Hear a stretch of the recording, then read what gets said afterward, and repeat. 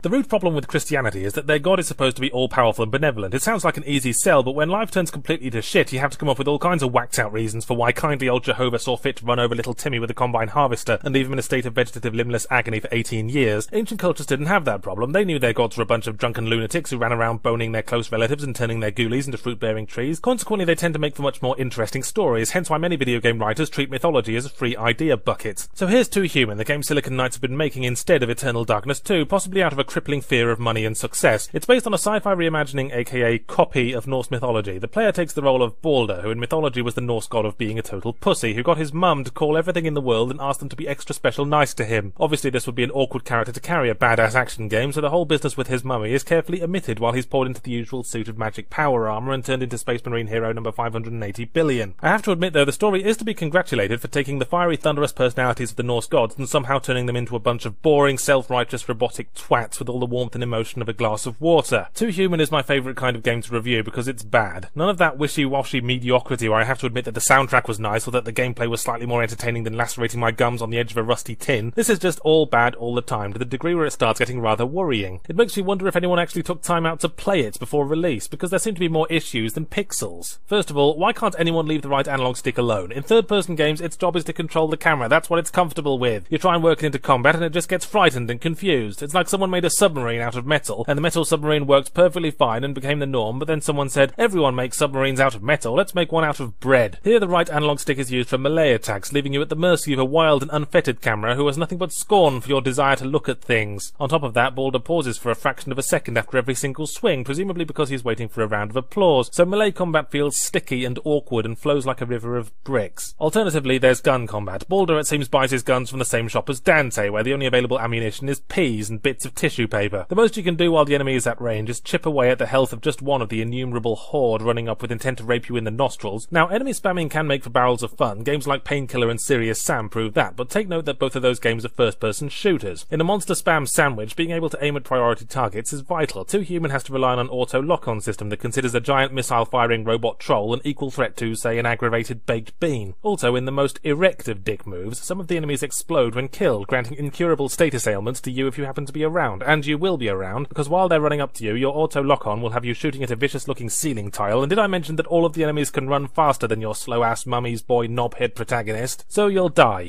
a lot, and by Christ does the game want you to know it. A Valkyrie who is clearly in no fucking hurry slowly flies down, picks up your corpse, and ascends gently back into heaven as if to say, there, baby, it doesn't matter that you're a 10-thumbed cripple who literally can't fight to save their lives, let's get you tucked into beddy buys. Then you respawn 50 feet away with no penalties, scratching your head in bewilderment, and this happens every time you die. You can't skip it. No one could look at this and think, yep, this will never get old. The only remaining explanation is that this is some kind of test. Maybe if anyone defends this on a forum, they automatically get added to the government depopulation list because their minds are clearly deviant and must be purged. Too Human is a game that carries the stink of the auteur, a pet project, something that was made for the designer's sake rather than the player's. It proudly announces its intention to be the first part of an epic trilogy, which in terms of tempting fate is right up there with a character in a horror movie uttering the words, everything's going to be alright, then getting their tits out. Too Human Episode 1, or whatever they end up calling it, has a measly 4 missions, each one factored up into hours of endless waves of the same 4 or 5 baddies in huge repetitive environments that only exacerbate the frustration caused by Balder's toe-curlingly slow movement speed, or perhaps I should call it Balder's Gate. If there really is an entire trilogy of this worked out, a better idea would be to combine them into one game, cutting all the missions down to 1/3 of their intended length, but that won't happen because an auteur developer would sooner take the trimming scissors to their own eyeballs than their beloved magnum opus, and you're left with a game experience that could be recreated by walking down a wide road in the middle of nowhere, stopping every 5 steps to crack yourself in the eye with a hammer.